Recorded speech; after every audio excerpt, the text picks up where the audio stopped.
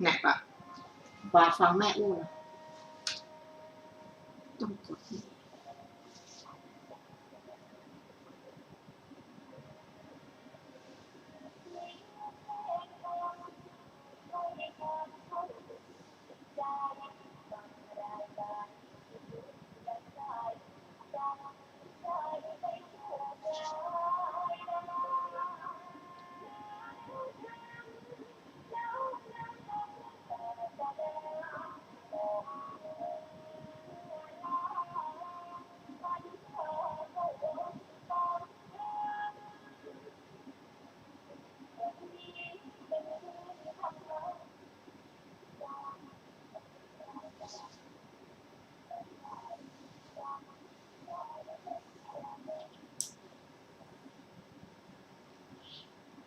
ขอนอบน้อมแด่พระผู้มีพระภาคเจ้าพระองค์นั้น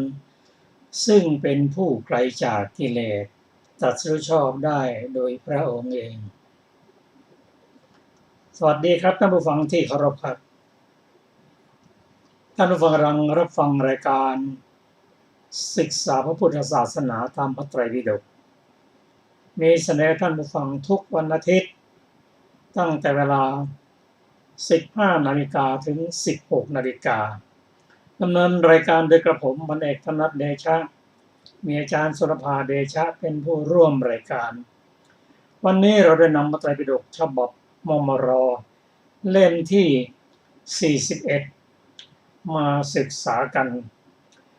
ในขุททกนิกายคาถาธรรมบทพานวรรคพรรณนา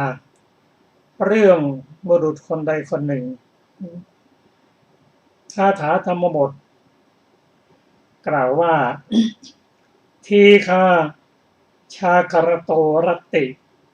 ทีคังสันตัสสะโยชนังทีโคพาลานะสังสาโรสัทธมังอภิชานตังแปลว่าราตรีของคนผู้ตื่นอยู่นานโยชน์ของคนล้าแล้วไกลสังสาระของคนผ่านทั้งหลายผู้ไม่รู้อยู่ซึ่งสัทธรรมย่อมยาวก็ ถ้าเราจะแปลให้เข้าใจหน่อยก็คือราตรีของคนที่นอนไม่หลับคือคนนอนไม่หลับนะนานเมื่อไรจะสว่างสักทีทีฆาจาคารโตรตติสำหรับบุคคลผู้เดินทางล้าอ่อนเพลียโยชน์ย่อมอยู่ไกลคือโยชน์นั่นก็คือตัวเรียกของระยะทาง1 โยชน์เท่ากับ16 กิโลโยชน์ของคนอ่อนล้าแล้วไกลเมื่อไรจะถึงสักทีสังสาระของคนผ่านทั้งหลายก็คือวัฏฏะของคนไม่รู้ว่าสัจธรรมย่อมวนเวียนอยู่ไม่รู้จักจบจักสิ้นก็เรื่องนี้เป็นเรื่องของบุรุษคนใดคนหนึ่งก็เรื่องมีอยู่ว่า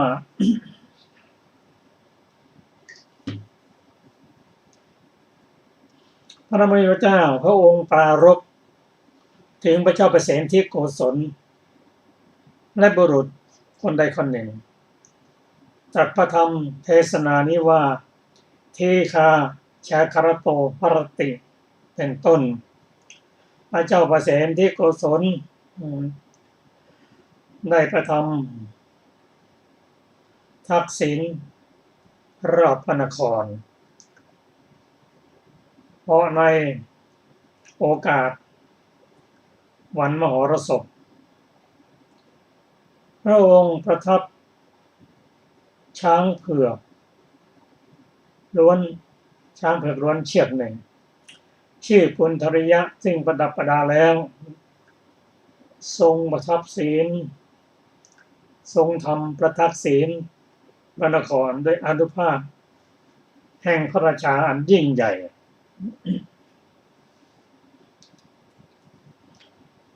ก็ได้บุญจากการให้ทานในการก่อนก็ทำให้พระองค์เสด็จไปไหนก็เจอสิ่งที่สวยที่งามแม้แต่สิ่งที่ไม่สวยไม่งามเช่น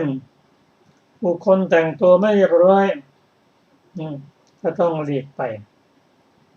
ก็ถูกราชบุรุษเอาก้อนดินก้อนหินไล่ไปมั่งประดับประดาธงชื่อต่างๆแม้บุคคล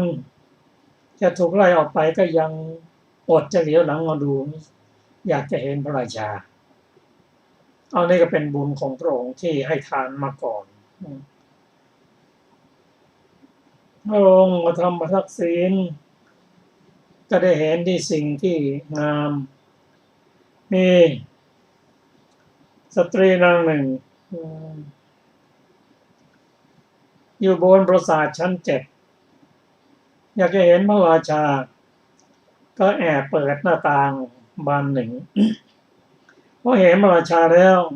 กระทบตาพระราชากันหลบไปหญิงนั้นเป็นภรรยาของชายคนหนึ่งมีรูปงามก็การที่พระเจ้าแผ่นดินได้เห็นรูปงามนั้นก็เป็นบุญของพระองค์ที่ทำไว้แต่หลังจากที่เห็นสิ่งที่สวยที่งาม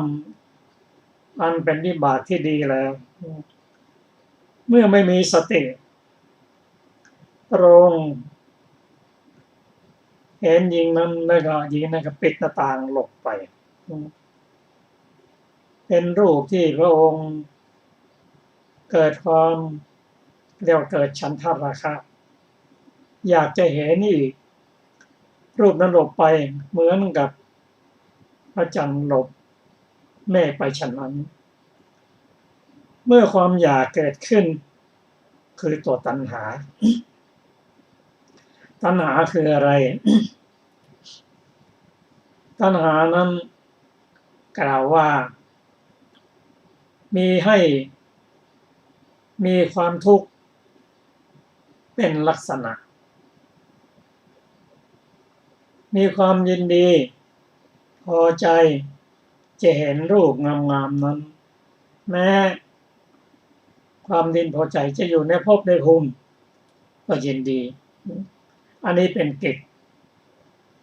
ส่วนผลนั้นไม่อิ่มในอารมณ์มีความไม่อิ่มที่อยากจะเห็นนั่นอีกอันนี้เป็นตัวตัณหา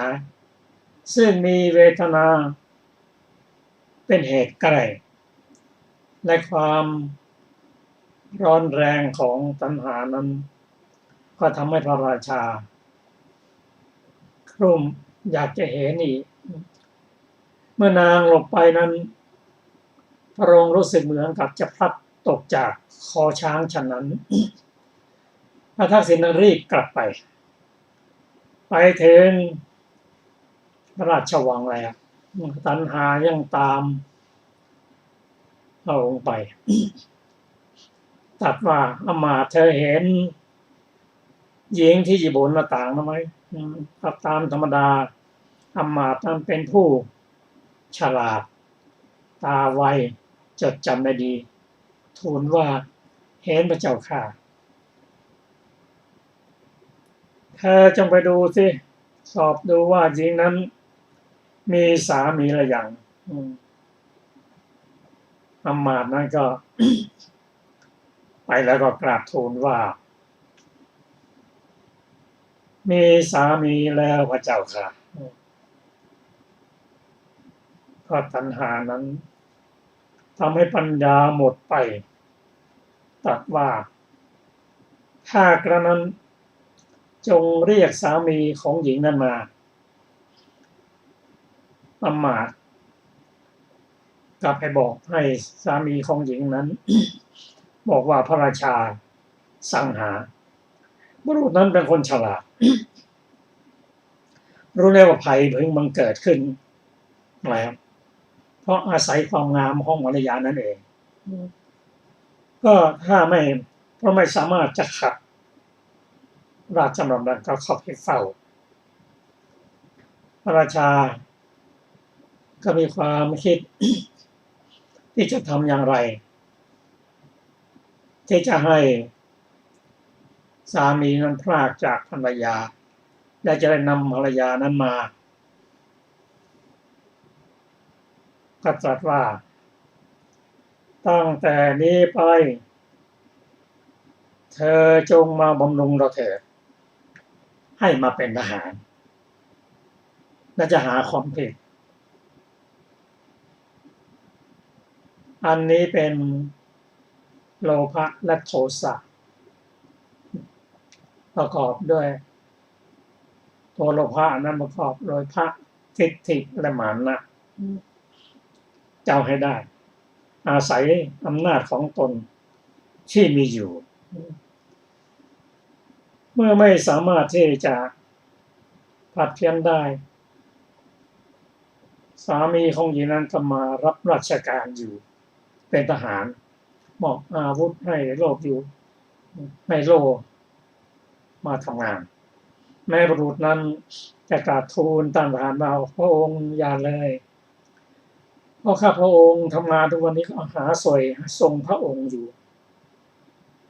ไม่ได้จะต้องมาเป็นทหารเขาให้จับผิดอยู่เสมอถ้าผิดแล้วก็ลงโทษถึงกับประหารชีวิตและจะได้ภรรยามาเป็นเจ้าของภรรยานั้นชายผู้นั้นรับราชการด้วยความสามารถซื่อสัตย์สุจริตไม่มีอะไรจะบกพร่องอำมาตย์มากราบทูลติดตามเรื่องนี้อยู่เสมอกราบทูลอย่างนี้แล้วพระองค์ก็บอกว่าเอาละเราหาวิธีทำให้ชายผู้นี้ต้องโทษให้ได้ก็ตรัสกับบุรุษนั้นว่านี่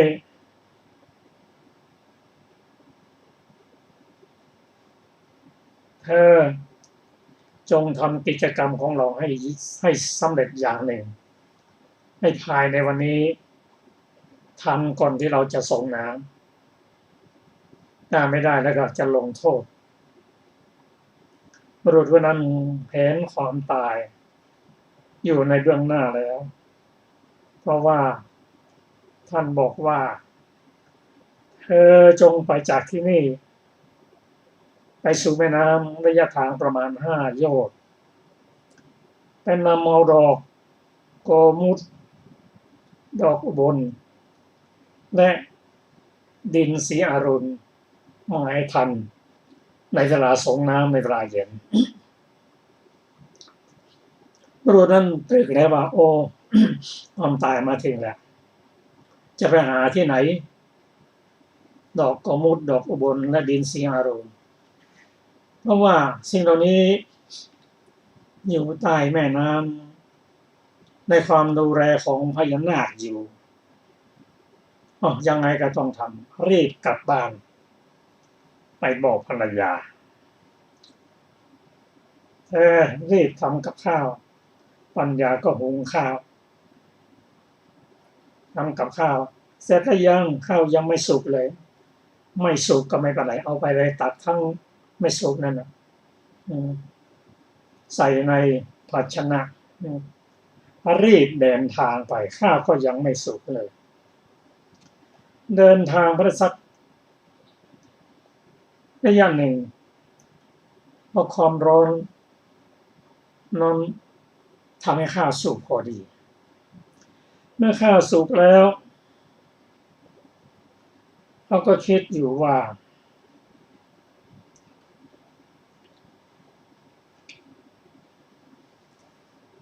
เขาจะทำยังไงเพื่อจะให้เกิดบุญกุศลเขาก็แบ่งข้าวไว้ส่วนหนึ่งไว้เพื่อจะกินส่วนหนึ่งไว้เพื่อจะทำบุญ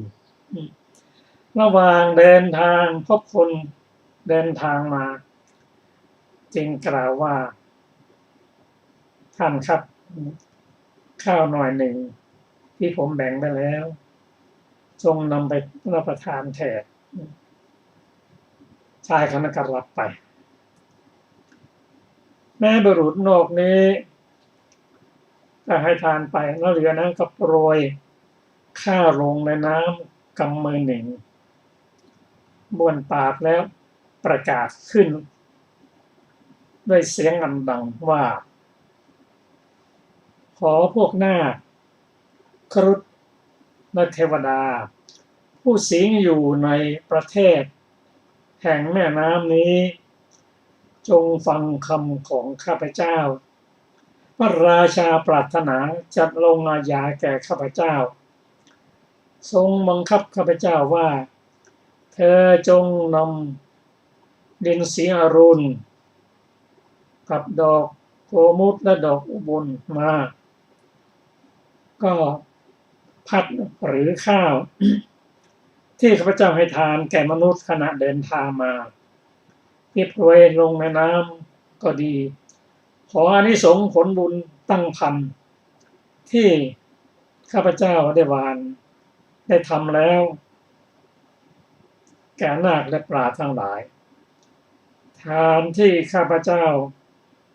ให้นั้นมีอานิสงส์ตั้งร้อยตั้งพันข้าพเจ้าจะให้ผลบุญประมาณเท่านี้เป็นส่วนบุญแก่ท่านทั้งหลายท่านทั้งหลายจงนำดินสีอรุณกับดอกโกมุตดอกอุบลมาให้แก่ข้าพเจ้าเถิดพระพุทธเจ้าตรัสว่าเทวดาทั้งหลายท่านปรารถนาบุญเพราะฉะนั้นเมื่อใครทำบุญก็อุทิศบุญกุศลให้แก่เทวดาด้วยก็ผลแห่งการประกาศนั้นทำให้พญานาคผู้อาศัยอยู่ในประเทศนั้นได้ยินเสียงนั้นจึงไปสู่สำนักของบุตรนั้นด้วยเพศแห่งคนแก่กล่าวว่าท่านพูดอะไรบุรุษท่านพูดอะไร บุรุษนั้นจึงเรียนซ้ำว่าท่านจงให้ส่วนบุญนั้นแก่เราจึงกล่าวว่าเราให้ซึ่งพญานาคถามว่าท่านจะให้ส่วนบุญให้แก่เราหรือกล่าวว่าเราให้นายเมื่อพญานาคกล่าวได้ว่าท่านจงให้ก็ยืนยันว่าเราจะให้ส่วนบุญนั้นรายละเอียดจะเป็นอย่างไรนั้นก็ขอเชิญฟังเชิญอาจารย์ศิรภาครับสวัสดีค่ะท่านฟังทุกท่าน พญานาคผู้อาศัยอยู่ในประเทศนั้นได้ยินเสียงนั้นจึงไปสู่สำนักบุรุษนั้น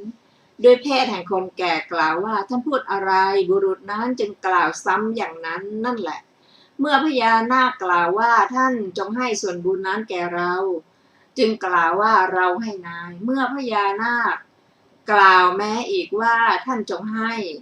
ก็กล่าวยืนคำว่าเราให้นายพญานาคนั้นให้น้ำส่วนบุญมาอย่างนั้นสิ้น2-3 คราวนั้นจึงได้ให้ดินสีอรุณกับดอกโกมุตและดอกอุบลแก่บุรุษนั้นฝ่ายพระราชาทรงดำริว่าธรรมดามนุษย์ทั้งหลายมีมนมากถ้าบุรุษนั้นพึงได้ของนั้นด้วยอุบายบางอย่างไซร้กิจของเราก็ไม่พึงสำเร็จเท้าเธอรับสั่งให้ปิดประตูเมืองเสียแต่วันทีเดียวแล้วให้นำลูกดาลไปยังสำนักของพระองค์บุรุษแม้นอกนี้มาทันในเวลาพระราชาทรงสงสนานเหมือนกันเมื่อไม่ได้ประตูจึงเรียกคนยามประตูกล่าวว่าท่านจงเปิดประตูคนยามประตูกล่าวว่าเราไม่อาจจะเปิดได้พระราชารับสั่งให้นำลูกดาลไปสู่พระราชมณฑลแต่การยังวันทีเดียวบุรุษนั้นแม้บอกว่าเราเป็นราชทูตท่านจงเปิดประตูเมื่อไม่ได้ประตูจึงคิดว่าบัดนี้เราจะไม่มีชีวิตเราจะทำอย่างไรหนอแล แล้วโยนก้อนดินไปที่ธรณีประตูข้างบนแขวนโอกไม้ไว้บนธรณีประตูนั้นตะโกนร้องขึ้น3 ครั้งว่าชาวพระนครผู้เจริญทั้งหลายขอท่านทั้งหลายจงรู้ความที่กิจอันข้าพเจ้ากระทำตามคำสั่งของพระราชาแล้วเถิดพระราชาทรงใคร่จะยังเราให้พินาศด้วยเหตุไม่สมควรแล้วคิดอยู่ว่าเราจักไปที่ไหนหนอแลได้ทำความตกลงใจว่าธรรมดาภิกษุทั้งหลายมีใจอ่อนโยนเราจักไปสู่วิหารแล้วนอนธรรมดาสัตว์เหล่านี้ในเวลาได้รับสุขไม่ทราบแม้ความที่ภิกษุทั้งหลายมีอยู่พอถูกทุกข์ครอบงำจึงปรารถนาจะไปวิหารเพราะเหตุนั้นแม้บุรุษนั้นก็คิดว่าที่พึ่งอย่างอื่นของเราไม่มีจึงไปวิหารนอนอยู่ในที่สำราญแห่งหนึ่งแม้เมื่อพระราชาไม่ได้การหลับอยู่ตลอดราตรีทรงรำพึงถึงหญิงอยู่ความรุ่มร้อนเพราะกามเกิดขึ้นแล้วเท้าเธอทรงคิดว่าในขณะที่ราตรีสว่างแล้วนั่นแหละเราจะให้ฆ่าบุรุษนั้นเสียแล้วให้นำเอาหญิงนั้นมาเรื่องของเปรตผู้กล่าวอักษรทุสะนะโสในขณะนั้นนั่นแลบุรุษ4 คนที่เกิดในนรกชื่อโลหะกุมพีซึ่งลึกได้60 โยชน์ถูกไฟนรกไหม้กลิ้งไปมาอยู่ดุจข้าวสารในหม้อที่กำลังเดือดพล่านจมลงไปถึงพื้นภายใต้ 30,000 ปีแล้วลอยขึ้นมาถึงที่ขอบปากโดย 30,000 ปีอีกสัตว์นรกเหล่านั้นยกศีรษะขึ้นแลดูกันและกันแล้วปรารถนาเพื่อจะกล่าวคาถาตนคนละคาถาแต่ไม่อาจจะกล่าวได้จึงกล่าวอักษรตนละอักษร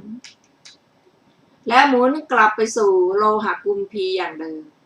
พระราชาเมื่อไม่ทรงได้การหลับได้ยินเสียงนั้นในระหว่างแห่งมัชฌิมยามทรงหวาดหวั่นมีพระทัยสะดุ้งทรงดำริว่าโอ้อันตรายแห่งชีวิตจักมีแก่เราหรือหนอหรือจักมีแก่พระอัครมเหสีหรือราชสมบัติของเราจักพินาศไม่อาจหลับพระเนตรทั้งสองได้ตลอดคืนอย่างรุ่ง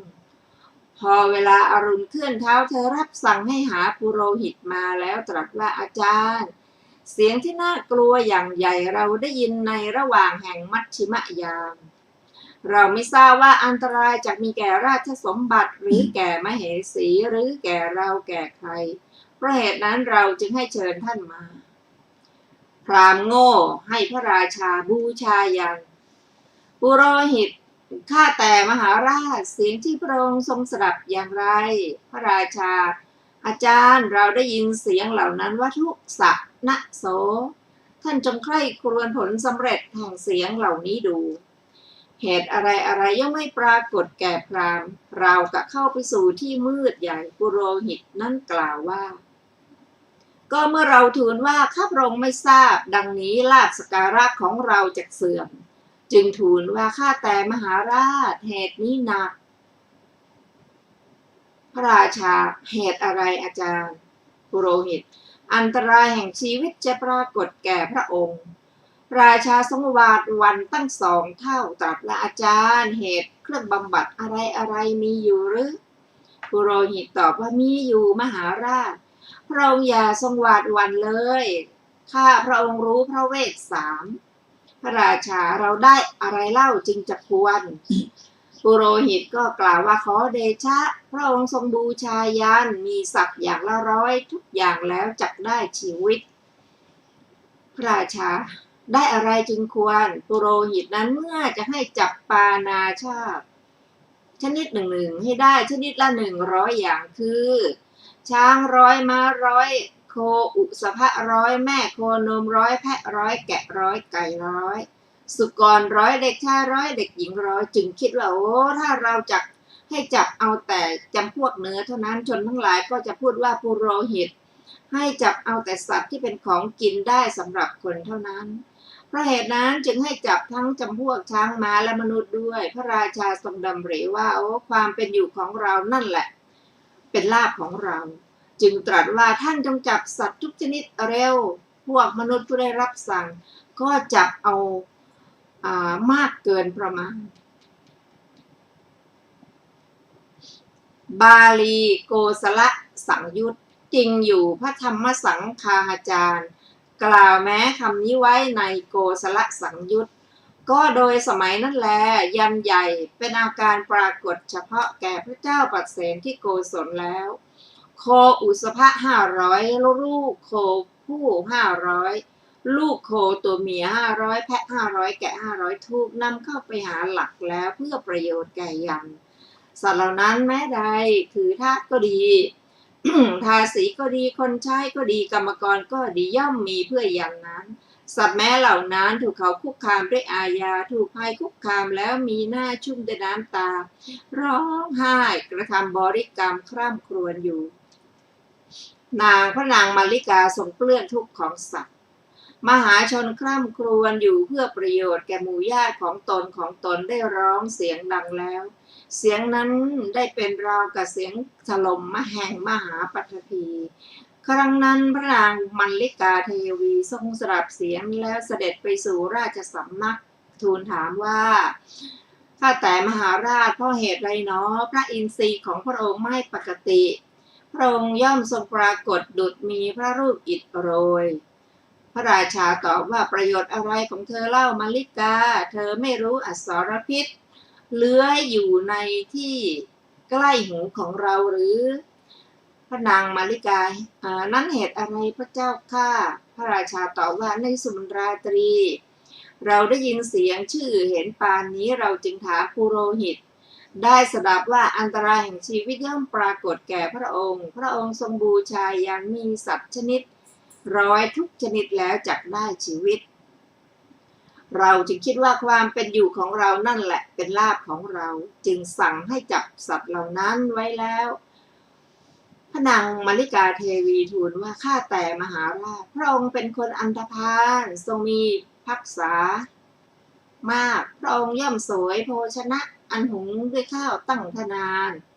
มีสูปะและพยัญชนะหลากหลายอย่างพระองค์ทรงราชในแคว้นทั้งสองก็จริง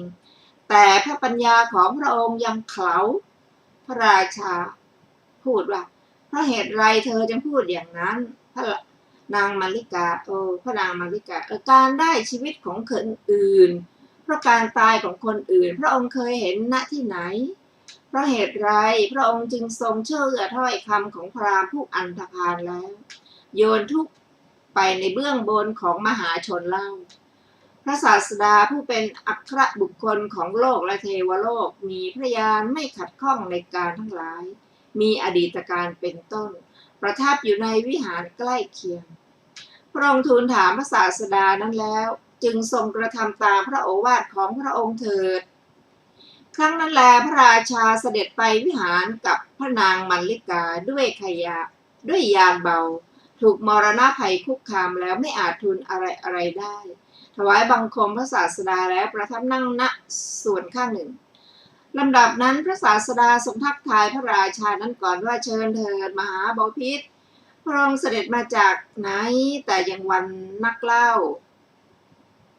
พระราชาแม้นั้นก็ทรงนั่งนิ่งเงียบเสียลำดับนั้นพระนางมัลลิกากราบทูลแด่พระผู้มีพระภาคเจ้าว่าข้าแต่พระองค์ผู้เจริญ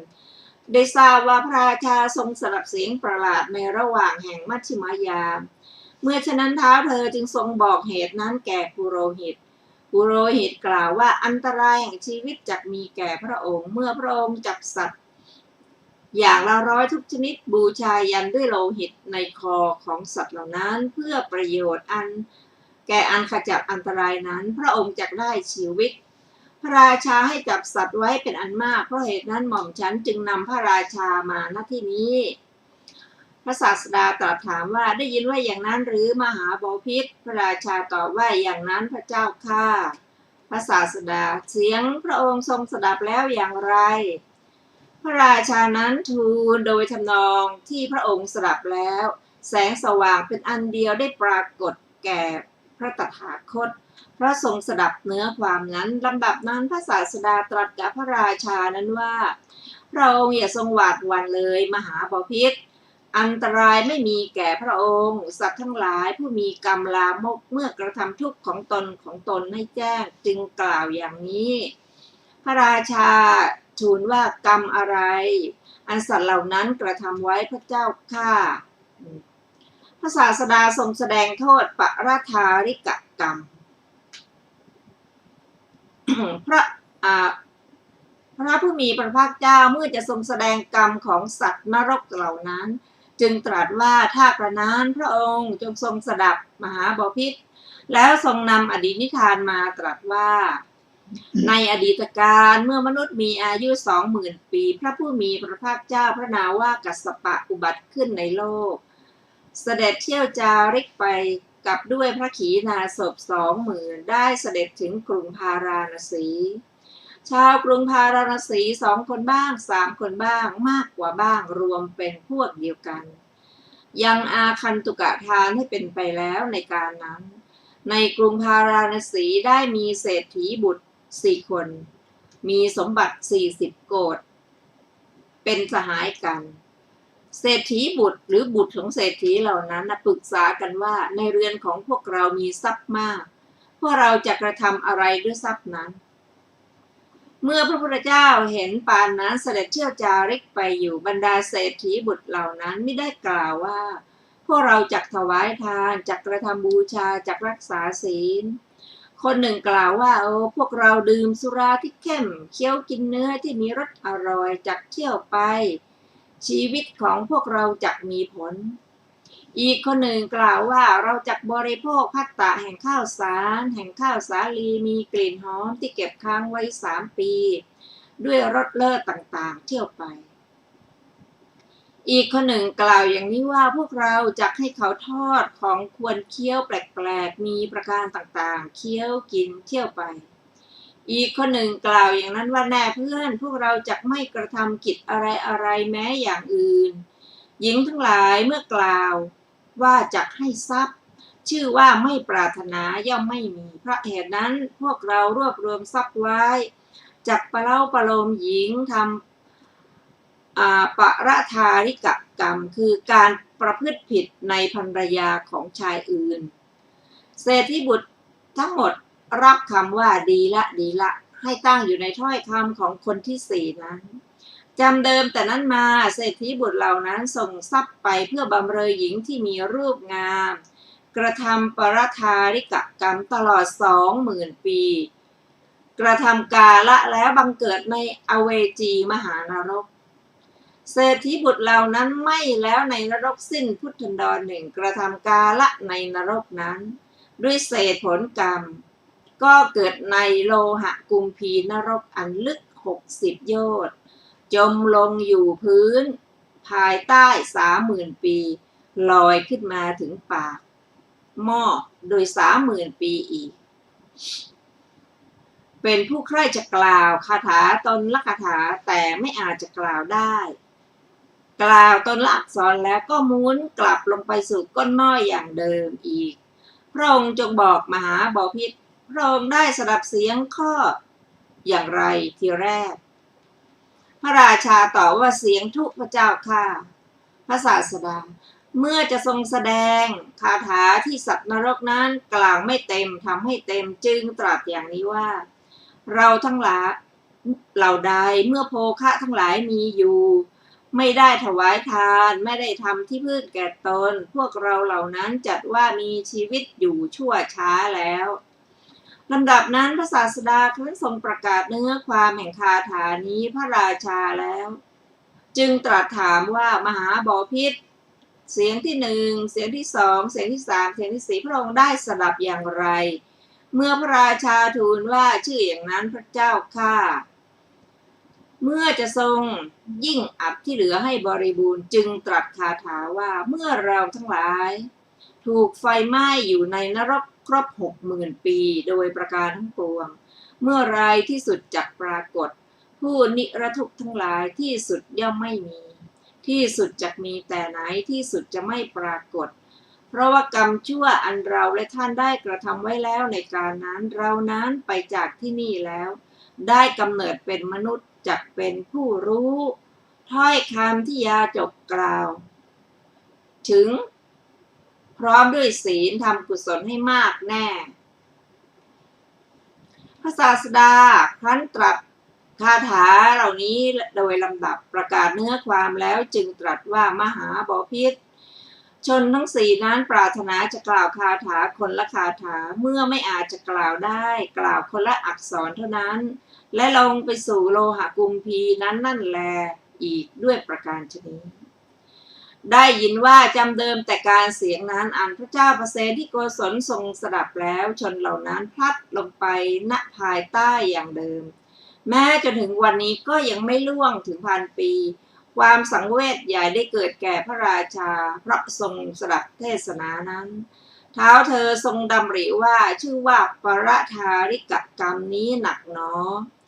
ได้ยินว่าชนทั้งสี่ไม่แล้วในอเวจีนรกตลอดพุทธันดรหนึ่งจุติจากอเวจีนรกนั้นแล้วเกิดในโลหะกุมพีอันลึก60 โยชน์ไม่แล้วในโลหะกุมพีนั้นถึง 60,000 ปีนั้นแม้อย่างนี้การเป็นที่พ้นจากทุกข์ของชนเหล่านั้นยังไม่ปรากฏแม้เราทำความเยื่อใยในภรรยาของชายอื่นไม่ได้หลับตลอดคืนยังรุ่งบัดนี้จำเดิมแต่นี้ไปเราจะไม่ผูกความพอใจในภรรยาของชายอื่นละจึงกราบทูลพระตถาคตว่าข้าแต่พระองค์ผู้เจริญข้าพระองค์ทราบความที่แห่งราตรีนานในวันนี้ฝ่ายบุรุษนั้นนั่งอยู่ในที่นั้นนั่นแลฟังถ้อยคำนั้นแล้วคิดว่าปัจจัยมีกำลังเราได้แล้วจึงกราบทูลพระศาสดาว่าข้าแต่พระองค์ผู้เจริญพระราชาทรงทราบความที่แห่งราตรีนาในวันนี้ก่อนส่วนข้าพระองค์เองได้ทราบความที่แห่งโยชน์ไกลในวันวานพระศาสดาทรงเทียบเคียงถ้อยคำของคนแม้ทั้งสองตรัสว่าราตรีของคนบางคนย่อมเป็นเวลานานโยชน์ของคนบางคนเป็นของไกลส่วนสงสารของคนพาลย่อมเป็นสภาพยาวเมื่อจะทรงแสดงธรรมจึงตรัสพระคาถานี้ว่าทีคาชาครโตรติทีคังสันตัสสะโยชนังทีโคภาลานสังสาโรสัทธัมมังอวิชชานตังราตรีของคนผู้ตื่นอยู่นานโยชน์ของคนล้าแล้วไกลสังสารของคนผ่านทั้งหลายผู้ไม่รู้อยู่ซึ่งสัตธรรมย่อมยาวแก้บรรดาบทเหล่านั้นบทว่าทีคาเป็นต้นความว่าชื่อว่าราตรีนี้มีเพียง3 ยามเท่านั้นแต่สำหรับผู้ตื่นอยู่ข้างนานคือว่าย่อมปรากฏเป็นราวกับว่า2 เท่า3 เท่าบุคคลผู้เกียจคร้านมากทำตนให้เป็นเหยื่อของหมูเลือดนอนกลิ้งเกลือกอยู่ตลอดจนพระอาทิตย์ขึ้นก็ดีผู้เสพกามบริโภคภาชนะที่ดีแล้วนอนอยู่บนที่นอนอันเป็นสิริก็ดีย่อมไม่รู้ความที่ราตรีนั้นนานส่วนพระโยคาวจรผู้เริ่มตั้งความเพียรตลอดคืนอย่างรุ่งก็ดีพระธรรมกถึกแสดงพระธรรมกถาตลอดคืนอย่างรุ่งก็ดีบุคคลผู้นั่งฟังธรรมอยู่ในที่ใกล้อาสนะตลอดคืนอย่างรุ่งก็ดีผู้ที่ถูกโรคทั้งหลายมีโรคในศีรษะเป็นต้นถูกต้องแล้วหรือผู้ถึงทุกข์มีการตัดมือและเท้าเป็นต้นถูกเวทนาครอบงำก็ดีคนเดินทางไกลเดินทางตลอดคืนก็ดีย่อมรู้ความที่ราตรีนั้นนานบทว่าโยชน์เป็นต้นความว่าแม้โยชน์ก็มีเพียง4 คาวุธดังนั้นแต่สำหรับผู้ล้าแล้วคือผู้บอบช้ำแล้วอยู่ข้างไกลคือย่อมปรากฏเป็นราวกับว่า2 เท่า3 เท่าจริงอยู่คนเดินทางตลอดทั้งวันล้าแล้วพบคนเดินสวนทางมาถามว่าบ้านข้างหน้าไกลเท่าไรเมื่อเขาบอกว่าโยชน์หนึ่งไปได้หน่อยหนึ่งก็ถามคนแม้อื่นอีกแม้เมื่อคนนั้นบอกว่าโยชน์หนึ่งไปได้หน่อยหนึ่งอีกก็ถามแม้อีกคนอื่นอีกแม้เขาก็กล่าวว่าโยชน์หนึ่งคนเหล่านั้นถูกคนผู้เดินทางนั้นถามแล้วถามเล่าก็บอกว่าโยชน์หนึ่งเขาคิดว่าโยชน์นี้ไกลจริงหนอย่อมสำคัญโยชน์หนึ่งเป็นราวกับ2 ถึง 3 โยชน์ บทว่าพาลานังเป็นต้นความว่าส่วนสงสารของชนพาลทั้งหลายผู้ไม่รู้ประโยชน์ในโลกนี้และประโยชน์ในโลกหน้าคือผู้ไม่อาจเพื่อกระทำที่สุดแห่งสังสารวัฏผู้ไม่รู้แจ้งสัจธรรมอันต่างด้วยธรรมมีโพธิปักขิยธรรม37เป็นต้นที่พระอริยเจ้าทั้งหลายรู้แล้วกระทำที่สุดแห่งสงสารได้ย่อมชื่อว่ายาวแท้จริงสงสารนั้นชื่อว่ายาวตามธรรมดาของตนเองสมจริงดังพุทธพจน์ที่พระผู้มีพระภาคเจ้าตรัสไว้ว่าภิกษุทั้งหลายสงสารนี้มีที่สุดอันใครๆไปตามไม่รู้แล้วเบื้องต้นเบื้องปลายแห่งสงสารนั้นย่อมไม่ปรากฏ